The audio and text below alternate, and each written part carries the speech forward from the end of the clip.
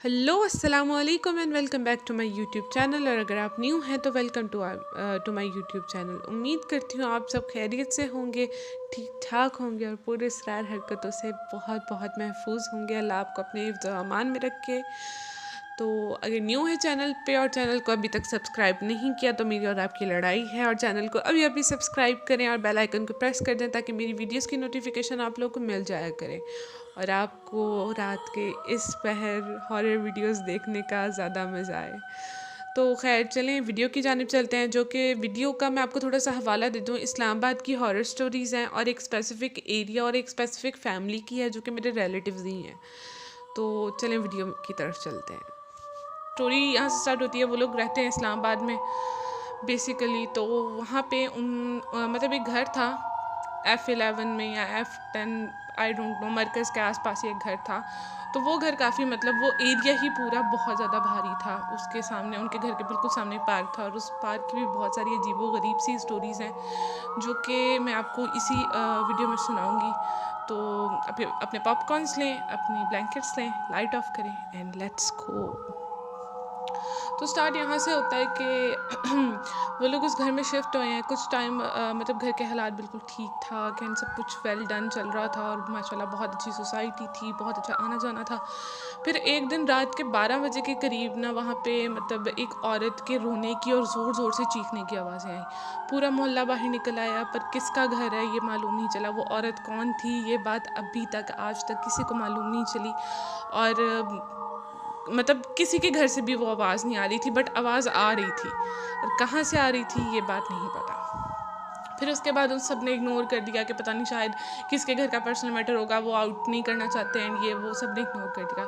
फिर अगले दिन रात के 12 बजे दोबारा से इस तरह फील हुआ है कि ना बाहर कोई कार क्रैश हुआ है, कोई मतलब ना गाड़ियाँ आई हैं और मतलब वो ज़ोर से जो वो जब स्पीड लगाते हैं तो एक वो ची करके आवाज़ नहीं आती, वैसी आवाज़ आई है। तो दोबारा सब लोग बाहर आ गए हैं, तो देखा तो कुछ भी नहीं था, नथिंग। और ग्राउंड में ना कुछ बच्चे खेल रहे थे। उन बच्चों से जाके पूछा कि यहाँ पे कोई था, तो उन बच्चों की आंखें ना बहुत अजीब सी थी, बिल्कुल ब्लैक थी। तो उन बच्चों से जाके पूछा यहाँ पे, तो उन्होंने ना एकदम से क्रीपी सी स्माइल दी है और हंसते हुए ना कब्रिस्तान की तरफ भाग गए हैं। और भागते भागते वहाँ पे जाके तकरीबन सारे के सारे वो जो 3-4 बच्चे थे ना वो गायब हो गए। अब रात के 12 बजे, बात तो ये है कि वहाँ पे बच्चे कर क्या रहे थे ग्राउंड में अकेले, विदाउट किसी पेरेंट के। फिर उनकी आंखें इतनी चमकदार और काली कैसे थीं, और फिर वो कब्रिस्तान की तरफ भागते भागते गायब कैसे हो गए। सब काफ़ी खौफ आया, सब काफ़ी डर गए इस वाक़े से। तो उसके बाद लोगों ने मतलब इन सारी चीज़ों को रात को 12 बजे स्पेशली जो होती थी उन सबको इग्नोर करना शुरू कर दिया। अगर कोई भी आवाज़ आती थी तो कोई अपने घर से बाहर नहीं निकलता था, क्योंकि उन सबको पता लग गया था कि सोसाइटी में कोई ना कोई मसला है।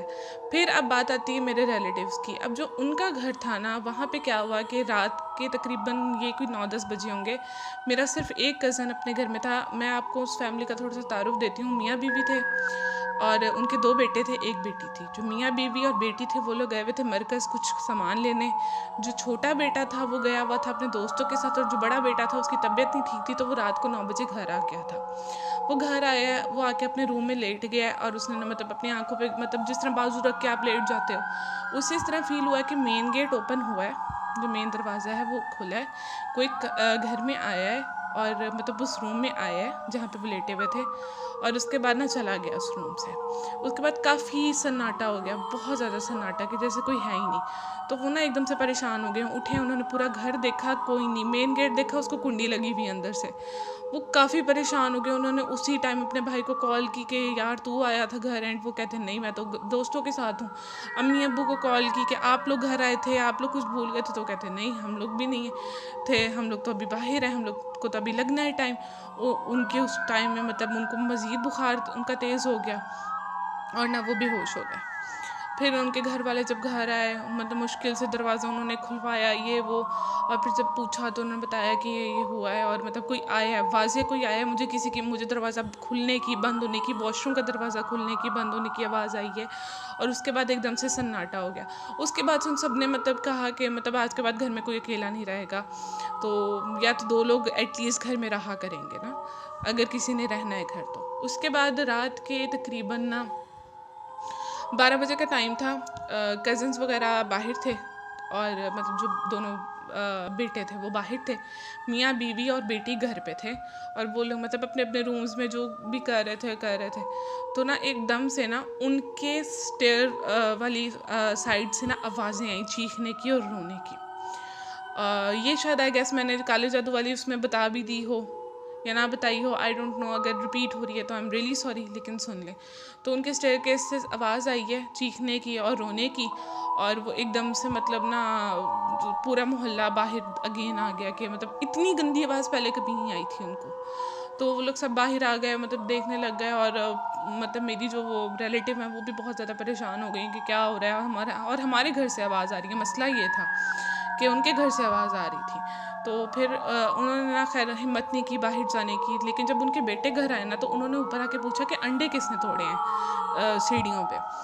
तो वो परेशान हो के कहते कौन से अंडे, यहाँ पे तो कोई अंडे टूटे। फिर उन्होंने याद आया कि हाँ भी थोड़ी देर पहले तो चीखों की आवाज़ आई थी। और फिर जब उन्होंने जाके सीढ़ियों में देखा तो अंडे के टूटने का अंदाज़ भी बहुत डिफरेंट था। अंडे इस तरह लग रहा था कि देखिए आप कोई चीज़ को फेंकते हैं, आप एक अंडे को दीवार पे फेंकते हैं तो उसके जो लिक्विड है वो नीचे आएगा, राइट, उसकी जर्दी उसका वाइट जो होता है वो नीचे आएगा, लेकिन वो अंडे टूट के ऊपर की तरफ जा रहे थे और काले अंडे थे, उनके जो छिलके थे वो काले थे।